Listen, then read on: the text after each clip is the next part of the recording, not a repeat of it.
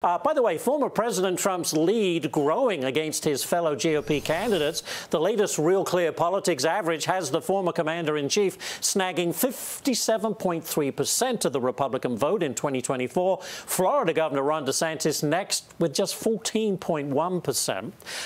Guess what? DeSantis donor Hal Lambert joins me now. And Hal, great to have you here.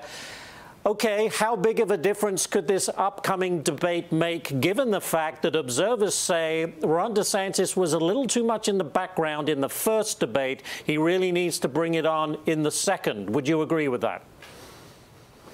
Well, all the debates are important, but, you know, Governor DeSantis has the best conservative track record of anybody in this race, and probably any elected official in the country on the Republican side. So he's going to be able to talk about that and talk about his vision for the country. He'll do well. He's always prepared. He'll be there. The other candidates really can't attack him much for his record. So I don't know what they're going to say. He's going to talk a lot about what his vision is for the country. He just rolled out an energy plan a couple of weeks ago.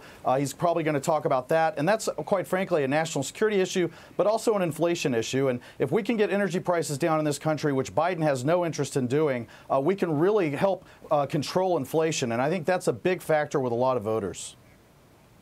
I know it's early in the going here, Hal, and I think we've talked about this before, but I think some people are surprised that Ron DeSantis is not resonating as much on the national platform yet as he has in Florida. If you were giving him advice for the debate tomorrow, what would you tell him?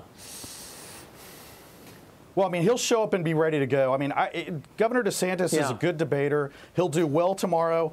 You know, as this race narrows down and more people are off the stage, you'll get this down to a smaller number of people, and it'll be easier to get your message out there. When you're doing 45-second sound bites and things like that, and people are arguing about what someone said in a book or something like that, it's not real conducive to great, you know, putting out policy. So I think Governor DeSantis, we've got a long way to go. It's not a national primary, as we all know. These early states are what matters. So we can keep putting out polls about how, you know, people are doing nationally. But it really is coming down to Iowa, New Hampshire, and South Carolina. And that's his focus, and that's where he's going to be spending all his time.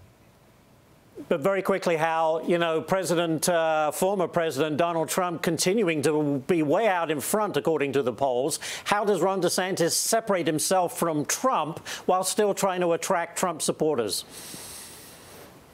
Well, I think you've got to do both. You obviously want to attract Trump supporters and separate. I mean, he's going to talk about policy and issues. He's not going to get into name calling. But, you know, there's things that President Trump did that were problems, that were mistakes. He still won't admit it. He won't admit that shutting down the country was a mistake. He won't admit that forcing vaccines on people was a mistake. He won't admit that not firing Fauci was a mistake. So those are issues that need to be talked about and will be talked about. And until someone's willing to say, hey, you know, I'm going to do something different than I did last time that was clearly wrong, I don't know how the American people can go, well, we want more of the same of that. All right, we'll have to leave it there, but always a good conversation. Hal Lambert, thank you. And of course, we look forward to the debate tomorrow night on Fox Business.